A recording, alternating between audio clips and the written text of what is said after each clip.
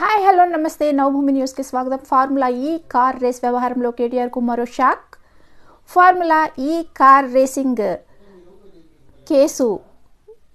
కేసులో BRS working president MLA కేటీఆర్కు ED నోటీసులు జారీ చేసింది.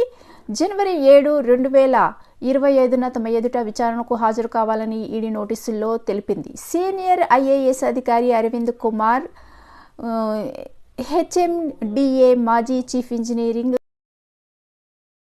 ఎల్ఎన్ రెడ్డికి సైతం ఈడీ నోటీసులు అందజేసింది. వారిద్దరిని జనవరి 2, 3 తేదీల్లో విచారణకు రావాలని చెప్పింది. ఏసీబీ ఎఫ్ఐఆర్ ఆధారముగా పిఎంఎల్ఏ కింద వారికి ఈడీ విచారణ చేయనుంది. ఫార్ములా ఈ కార్ రేస్ వ్యవహారంలో వీరంతా ఫెమా నిబంధనలను ఉల్లంఘించినట్లు ఈడీ ఇప్పటికే గుర్తించింది. ఎఫ్ఈఓకు నగదు బదిలీతో పాటు ఆర్థిక అవకతవకలు జరిగినట్లు ఈడీ అనుమానము వ్యక్తం చేస్తుంది. ఈ నేపథ్యంలోనే వారికి నోటీసులు జారీ, విచారణకు రావాలని ఆదేశించింది.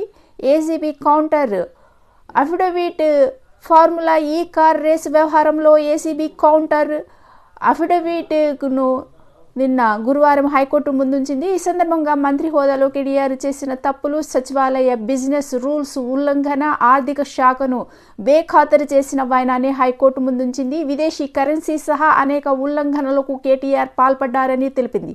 సచివాలయ బిజినెస్ రూల్స్ 9-11 ప్రకారం నిర్ణీత మొత్తం కన్నా ఎక్కువగా ఏ శాఖ అయినా ఖర్చు చేయాల్సి వస్తే ఆర్థిక శాఖ అనుమతి తీసుకోవాలని తెలిపింది. మంత్రివర్గం అనుమతి తర్వాతనే ఆర్థిక శాఖ సైతం నిబంధనలు విడుదల చేయాలని ఏసీబీ వెల్లడించింది. ఈ నిబంధనలన్నీ కేటీఆర్ తుంగలో తొక్కారని హైకోర్టుకు ఏసీబీ వివరించింది. విచారణ అనంతరము కేటీఆర్ను డిసెంబర్ 31 వరకు అరెస్టు చేయొద్దని ఏసీబీకి హైకోర్టు ఆదేశాలు జారీ చేసింది. అయితే ఈ కేసు విషయమై హైకోర్టులో కేటీఆర్ క్వాష్ పిటిషన్ వేసిన సంగతి తెలిసిందే. ఒకవేళ డిసెంబర్ 31 లోపు క్వాష్ పిటిషన్ను హైకోర్టు కొట్టివేస్తే నోటీసులు ఇవ్వకుండానే ఆయన్ను ఏసీబీ అరెస్టు చేసే అవకాశము ఉంటుంది.